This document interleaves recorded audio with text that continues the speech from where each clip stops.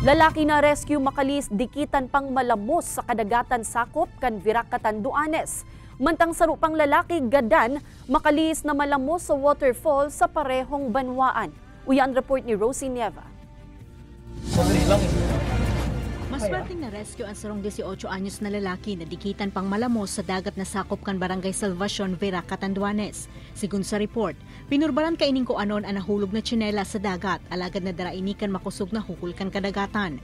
Tulos man na nagresponde ang PCG Catanduanes, asin idinalagan sa ospital ang lalaki.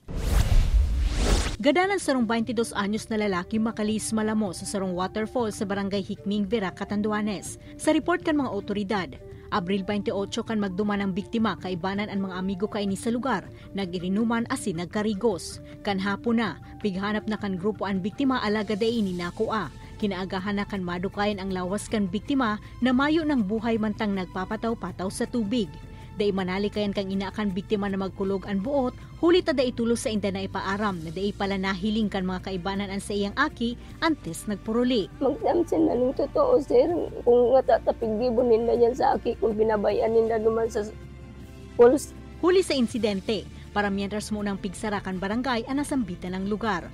Siguro sa ating mga kababayan na pupunta sa mga ganitong lugar, lalo na pag nakainom, kanya-kanya na lang sigurong titingnan siguro yung mga kasamahan nila kung ano nangyari.